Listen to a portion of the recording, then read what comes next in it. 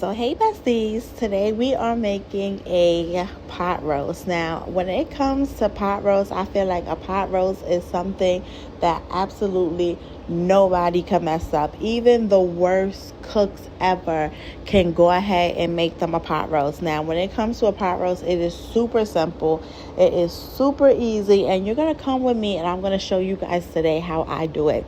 So I first will go ahead and get my pot roast out, and I'm going to clean it, and by cleaning it I'm going to run it in some cool water, and I'm also going to add some vinegar in there. I'm going to let that sit for a few minutes, and then I'm going to go ahead and take it out. Once I take it out, I'm going to get it in a pan and I'm going to pat it dry. After I pat it dry, we're going to go ahead and we're going to start seasoning it. So we're going to first put some olive oil on top of it. After we get the olive oil on top, we're going to go ahead and start our seasoning. We're going to go in with some poultry seasoning.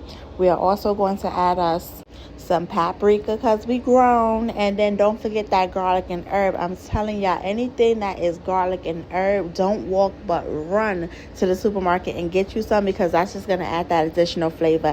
Has to go in with that onion powder, garlic powder, and of course I'm going to add just a little bit of low sodium soy because I like the flavor that low sodium soy brings. After I got all my seasonings in there, I'm going in with my fresh herbs, and my fresh herbs are going to be some cilantro.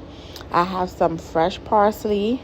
I also have some fresh garlic. I also have some thyme and some rosemary that I'm going to be adding in there as well. Now I'm going to go ahead and just start working all those flavors in there. I want to make sure my pot roast is evenly seasoned because it is a very thick piece of meat. You should not be afraid to season it aggressively. Now after I did that, I went on ahead and added some seasoning to the other side, and I'm just going to continue to work those flavors in. Put some garlic inside of there. You want to make sure that your meat is seasoned all the way through, inside and out. You want that flavor in there. After I get everything seasoned, rubbed down, incorporated together, I'm going to go ahead and sit it in the refrigerator because I want this to marinate. If you can marinate this overnight, that is just going to add additional flavor and just give that seasoning time to soak in. If you cannot and you do not have time to marinate it overnight, I do recommend at least trying to marinate it for a couple of hours. I promise you, if you are able just to marinate it for a couple of hours, it is just going to bring that flavor to a new level. So after I got it seasoned to my liking, and as y'all can see, I got it seasoned, y'all. Don't be afraid. Do not be afraid to season it aggressively. I'm telling you, it is a really thick piece of meat. And also, you want to make sure that you're evaluating, making sure that it is seasoned to your liking. Once you see that it is seasoned to your liking, you can always add more. If it's not, we're going to go ahead and start adding in our red onions, purple onions, whichever one you prefer to call it, some bell peppers. We have some yellow peppers, we have some orange peppers, and we're just going to go ahead and put that around the tray. Once we got our peppers in there, everything is seasoned and smelling good, we're going to go ahead, wrap some foil on it, and we're going to stick it in the fridge to marinate. After we stuck it in the fridge, it was some time to go ahead and cook it.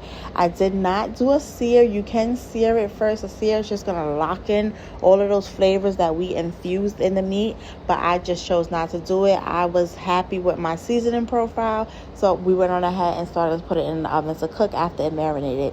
Now I went on with my silicone tongs, and I was able to go ahead and start to pull the meat apart. That's when it was time for me to add in my veggies. So for veggies, we're just going to add in some carrots, and I was going to add some potatoes, but we were fresh out of potatoes. So if you have potatoes, you can add your potatoes in there, your carrots in there, whatever kind of vegetable you like, you add the vegetables in there that you like. And if you don't like no vegetables, then don't add no vegetables. You can go ahead and skip that part as well. It has been plenty of times I have made a pot roast and did not add any vegetables in there, or I made separate vegetables on the side. After I add my carrots in there, I let it cook for another 30 minutes, went on ahead and checked on the meat, see how it's doing.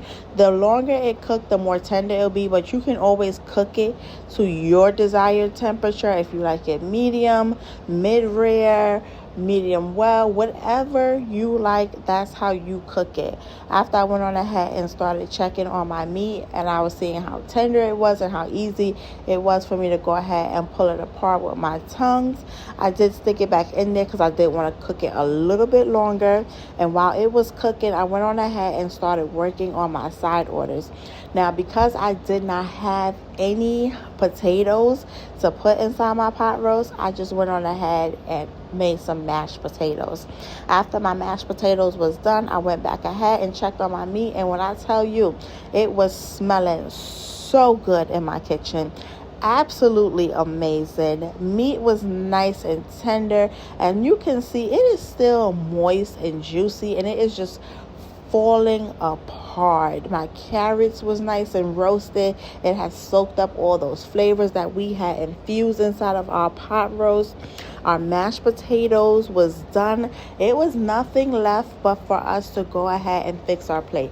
And the one thing I love about making a pot roast is that you can do this and it can literally be done with 2 pans. You don't have to worry about cleaning up a bunch of dishes. It is a meal that is going to take time to cook. It's not a quick and easy meal. It's a low and slow all day, but it is absolutely delicious. And if you guys are loving these videos, don't forget to subscribe. Make sure you leave your girl a like. Drop me a comment in that comment section below and share this video out. Bye, besties.